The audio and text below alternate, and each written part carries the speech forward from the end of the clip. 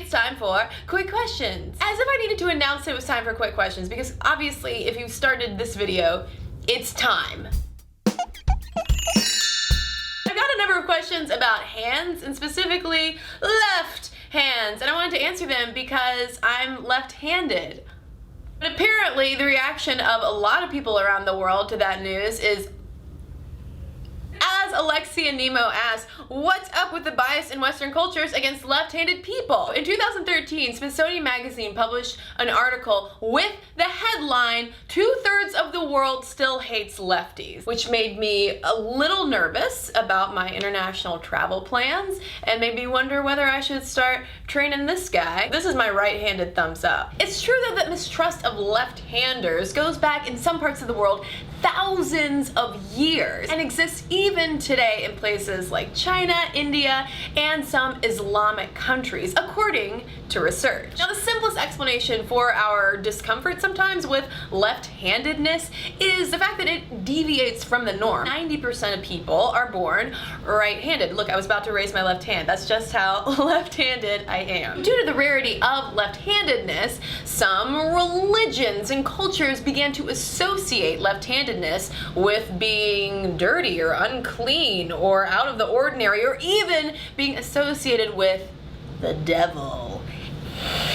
In a number of Muslim countries, in fact, as well as parts of Africa and India, offering a left handshake would be considered offensive. Even in the United States, left-handedness only recently became more okay. If you look back at medical journals from only, say, 50 to 80 years ago, there were some neurologists and psychoanalysts who thought that children should be taught right-handedness, even if it meant restraining their left hand, say, behind their backs and forcing them as children to write with their right hands. So to answer Alexius Nemo's question, anti-lefty bias exists because, well, we're weirdos. Eric Johnson also had a question about left-handed ladies, like myself. Hello. At least from what I've seen, why are more women left-handed than men? It turns out, in fact, that a meta-analysis of 144 studies on handedness found that more men tend to be left-handed compared to women. Why this is a giant question mark. Scientists are still trying to figure out why this whole handedness thing exists to begin with. A lot of animals, including doggies, favor one paw over the other, one side over the other. That kind of handedness, as it were, is usually split 50-50. So humans are really weird in the fact that we have this 90-10 split of right-handers to left-handers. Finally, Sarah Metcalf had a question about handshakes, which definitely ties to handedness, particularly if you are in a part of the world where you should not shake with your left hand. In my experience, more often than not, it is proven to be true that a person's first impression handshake reveals the quality of their character. To my knowledge, there haven't been any studies firmly,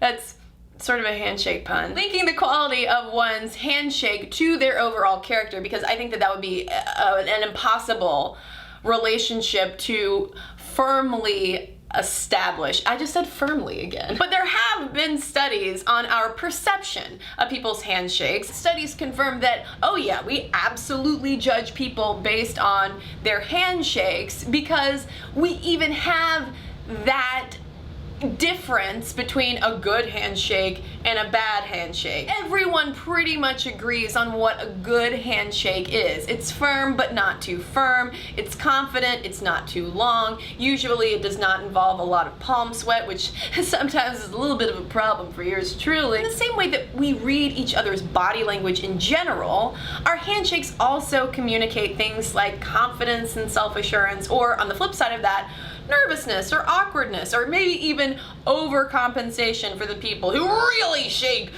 a little too hard. Before I head out, I got a quick question for you. Leaving the toilet seat up, disgusting, or what's the big deal? If you've got quick or long questions for me, you can comment below, message, or tweet me at Cristen Conger, and be sure to like and subscribe so you don't miss a single thing that Mom never told you. It should have said stuff. The name of your channel, Cristen, is Stuff Mom Never Told You. Not things Mom never told you. Stuff. Stuff. Next time.